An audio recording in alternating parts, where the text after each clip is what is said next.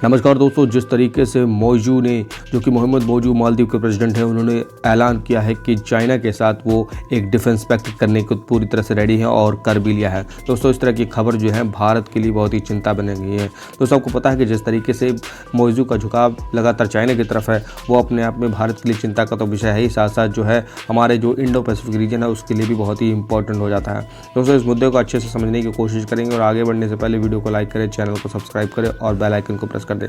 दोस्तों, आपको पता है कि रिसेंटली मालदीव ने चाइना के साथ मिलकर के एक डिफेंस पैक्ट साइन किया है। उसमें जो है चाइना जो है उन्हें एक फ्री मिलिट्री असिस्टेंस प्रोवाइड करेगा। अब फ्री मिलिट्री असिस्टेंस की क्या डिटेल्स हैं, क्या टेक्नोलॉजी दी जाएगी, किस किस चीज़ों में काम किया जाएगा, किस तरीके से भारत को जो है थ्रेट पहुंचाएगा, ये अभी एनालिसिस का हिस्सा है। मगर हमें समझना होगा कि मोहम्मद मौजू का झुकाव जो है चाइना की तरफ ज़्यादा है और ये हमने पहले जो कुछ दिनों में देखा है।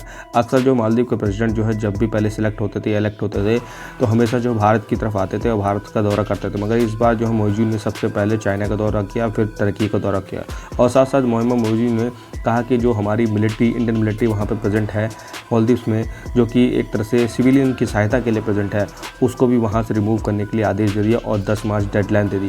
दोस्तों, भारत ने वहाँ से मिलिट्री असिस्टेंस तो पूरी तरह हटा दी, साथ साथ किसी प्रकार के जो सैन्य जो एक तरह के वो थे सपोर्ट थे उनको भी हटा दिया। मगर साथ साथ मोहम्मद मौजू ने ये भी कह दिया कि हमें किसी प्रकार की मिलिट्री प्रेजेंस जो है मालदीव्स में नहीं चाहिए। दोस्तों, इस तरह की कड़ा रोक देने के बाद जो भारत को पता लग गया कि चाइना का जो इंटरफेरेंस बहुत ज़्यादा हो, जो है चाइना इन्फ्लुएंस बहुत तेज़ी से कर रहा है और मालदीव जो है छोटा सा देश है, अपने आप को पता नहीं किस तुरम खाल समझने की कोशिश कर रहा है। मगर उसको पता होना चाहिए कि इंडिया बहुत बड़ा एक तरह से देश है, अगर इसकी सिक्योरिटी को थ्रेट किया तो उसका जीना मुश्किल हो जाएगा, ये सबको पता होगी। हमारे जितने भी नेबरिंग कंट्री हैं सबको पता है कि अगर इंडिया की सिक्योरिटी को थ्रेट करने की कोशिश की तो उसका खामियाजा उसे भुगतना पड़ेगा। मगर मोहम्मद मौजू जो है एक तरह से टाइम के आगे जाने की कोशिश कर रहे हैं और भारत जैसा देश जो बड़ी तेज़ी से विकसित हो रहा है, जो चाइना के लिए भी आने वाले दिनों में बहुत बड़ा थ्रेट साबित होगा, उसमें उसको देखते हुए चाइना जो है अब इसको काउंटर करने की कोशिश कर रहा है। मगर इंडिया भी कहीं पीछे नहीं है। इंडिया भी लगातार जो है चाइना के नेबरिंग कंट्रीज में इंटरफेरेंस करके चाइना को उसी भी स्ट्रैटेजी में हराने की कोशिश कर रहा है। और हाल ही में हमने अनाउंस किया है कि INS जटायु जैसा बहुत बड़ा जो हमारा नवल बेस होगा वो भी हमारे पास चाइना के मालदीव के पास होगा।